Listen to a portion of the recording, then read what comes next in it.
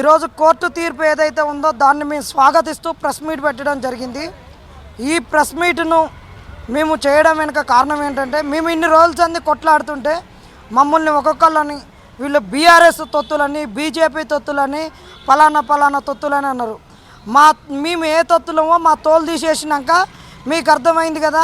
అంటే మా తోలు తీయడానికన్నా ముందు మీ తోలు హైకోర్టు పోల్చితే ఈ తీర్పులో అసలు మీరు ఎలాంటి వాళ్ళు, మీరు ఎలాంటి దొంగలు అనేటటువంటి కోర్టు తేల్చింది.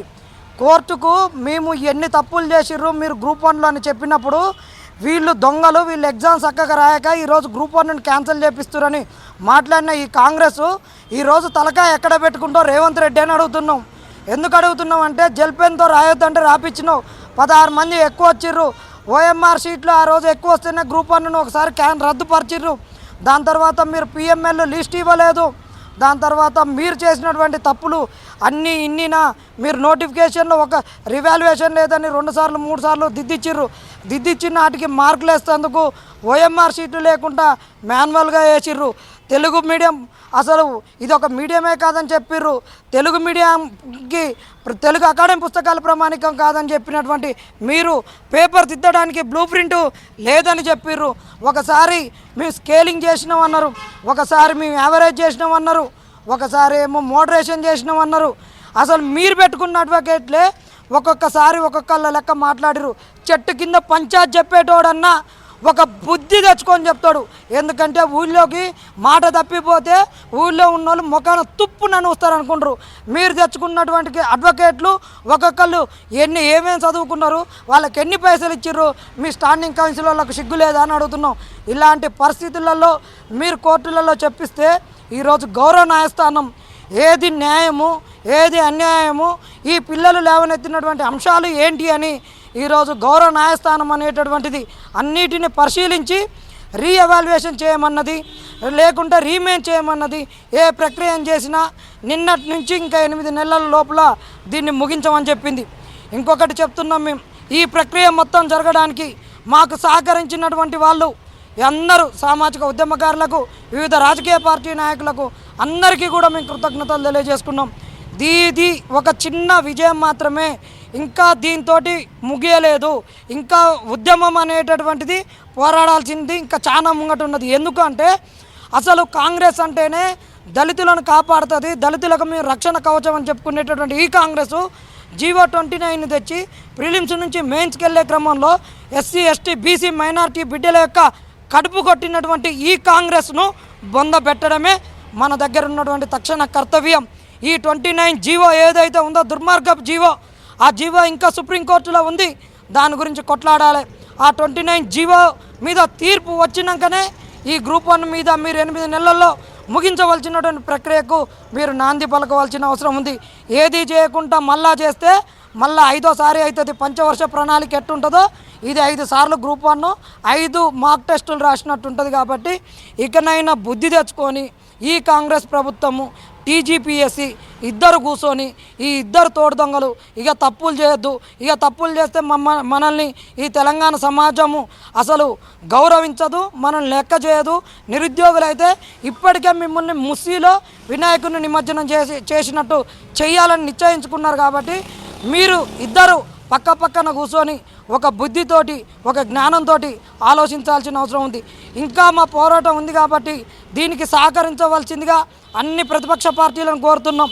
ఈ విషయం చెప్పిన వెంటనే గౌరవ మంత్రి గారు బండి సంజయ్ గారు 29 జీవో గురించి ఆ రోజు వచ్చి నేను కొట్లాడినా, కానీ అది కోర్టులో ఉండిపోయింది కాబట్టి మేమేం చేయలేకపోయినాం. ఖచ్చితంగా మీకు సహకరిస్తామని ఈ లీగల్ ప్రాసెస్లో ఇప్పటి వరకు సహకరించారు. ఇక ఉన్నటువంటి ఈ డీబీకి వీళ్ళు ఏదైతే పోతున్నారో ఆ ప్రక్రియలో కూడా ఒక అడ్వకేట్ని ఇస్తున్నారు. 29 జీవో గురించి కొట్లాడడానికి సుప్రీంకోర్టులో ఒక అడ్వకేట్ని ఇస్తందుకు అని చెప్పినందుకు బండి సంజయ్ గారికి నిరుద్యోగుల తరపున కృతజ్ఞతలు తెలియజేసుకుంటున్నాం. మాకు సహకరించిన వాళ్ళందరికీ ప్రత్యేక ధన్యవాదాలు తెలియజేసుకుంటున్నాం. మాకు సహకరించినటువంటి వివిధ ప్రతిపక్ష పార్టీలకు కూడా అందరూ వెళ్ళి కృతజ్ఞతలు తెలియజేయడం జరిగింది. ఈరోజు అశోక్ నగర్ చౌరస్తా దగ్గర ఎక్కడి నుంచి అయితే 29 జీవోకు ఉద్యమం జరిగిందో బండి సంజయ్ గారు వచ్చిపోయారో అక్కడనే మేము పాలాభిషేకం చేసి ఈ గౌరవ తీర్పునిచ్చినటువంటి గౌరవ తెలంగాణ హైకోర్టుకు కూడా కృతజ్ఞతలు తెలియజేయడం జరిగింది. బండి సంజయ్ గారికి వాళ్ళ బీజేపీ పార్టీకి ప్రత్యేకించి కృతజ్ఞతలు తెలియజేసుకున్నాం. ఎందుకంటే మీరు మాకు సహకరించాలి. ఇలా నిరుద్యోగులు 5 రూపాయల భోజనం తినేటటువంటి ఒక అభాగ్యులం కాబట్టి ఈ కోర్టు ఖర్చులు మేము భరించలేము. ఈ కకృతి కాంగ్రెస్ వాళ్ళు వీళ్ళు ఏజీలకు కోట్లు తలగబెడుతూ మళ్ళా 30 లక్షలు 40 లక్షలు ఒక్క రోజుకు తెస్తూ పెద్ద అడ్వకేట్లను తెస్తుంది. కాబట్టి మీరు మాకు ఈ సహకారం ఇస్తున్నందుకు మీకు కృతజ్ఞతలు తెలియజేసుకున్నాం. మిగతా ప్రతిపక్ష పార్టీలు కూడా ఆ విధంగా సహకరించాలి. సంజయ్ అన్న గారు మీరు ఏ విధంగానైతే వచ్చి కొట్లాడిరో ఆ విధంగా మళ్ళీ ఒక్కసారి స్ట్రీట్ ఫైట్ చేయాల్సిన అవసరం ఉన్నది. టీజీపీఎస్సికి మీరు లేఖ రాసినప్పుడు ఇదే ఎవరైతే చైర్మన్ ఉన్నారో బుర్ర వెంకటేశం గారు ఫస్ట్ ఆయన బుర్ర బద్దలైపోయి పిచ్చిగా మాట్లాడి తర్వాత వచ్చిరాని సమాచారాన్ని ఇవ్వడం జరిగింది. దాంతో టీజీపీఎస్కి హైకోర్టులో చుక్కెదురైంది మీరు ఇచ్చిన సమాచారంతో. కాబట్టి సంజయ్ అన్న మీరు మా పోరాటంలో వెన్నంటి ఉంటామని చెప్పినందుకు మేమందరం కూడా నిరుద్యోగులము మీకు కృతజ్ఞతలు తెలియజేసుకుంటున్నాం. కాబట్టి ప్రతి ఒక్క నిరుద్యోగి మాకు సహకరించిన వాళ్లకు కృతజ్ఞతలు తెలియజేసుకుంటున్నారు. నిరుద్యోగులు మీరు నిరాశ చెందొద్దు. వీళ్ళు 2 లక్షల ఉద్యోగాలు ఇస్తాని తప్పించుకుంటే మాత్రం కాంగ్రెస్ వాళ్ళని వదిలిపెట్టేదే లేదు. వీళ్ళ పాయింట్లలోకి తొండలను వదిలైనా వీళ్ళ రేవంత్ రెడ్డి గారు అన్నట్టు అవసరమైతే వీళ్ళ పేగులను చించుకొని మెడకేసుకొనైనా గంగెద్దుల లెక్క వీళ్ళను ఊరేగిస్తైనా మనం నోటిఫికేషన్లు తెచ్చుకుందాం. కానీ మీరు నైరాశ్యానికి లోనై ఇప్పటి వరకు చనిపోయినటువంటి నిరుద్యోగుల లెక్క మీరు చనిపోవద్దు. ఈ 1:1లో ఉన్నటువంటి అభ్యర్థులు గ్రూప్ 1 అభ్యర్థులు మీరు కూడా నిరాశ నిస్పృహలకు లోను కావద్దు. మళ్ళా రివాల్యుయేషన్ జరిగినా ఏ ప్రాసెస్ జరిగినా జెన్యున్గా వచ్చినటువంటి అభ్యర్థులకు మళ్ళా ఉద్యోగాలు వస్తాయి. ఓడైతే ఏదైతే అడ్డదోవన వచ్చినోడు అడ్డంగానే పోతాడు. కాబట్టి మీరు జెన్యున్గా ఉన్నటువంటి వాళ్ళు నిజాయితీగా మీరు కష్టంతో మీ రక్తాన్ని చెమటగా ఓడ్చి మీరు కష్టపడ్డటువంటి వాళ్ళు మీరు నైరాశ్యానికి లోన్ కావద్దు. ఈ దొంగ ప్రభుత్వం చేసినటువంటి ఒక తప్పిదాలకు నిరుద్యోగ లోకం అనేటటువంటిది ఈరోజు ఇలాంటి పరిస్థితులకు లోనైంది. కాబట్టి వీళ్ళ తరపున కొట్లాడడానికి వివిధ ప్రతిపక్ష పార్టీలు వస్తున్నందుకు కూడా మరొక్కసారి ధన్యవాదాలు తెలియజేసుకున్నాం. మా పేరు జనార్దన్, గ్రూప్ 1 అభ్యర్థి.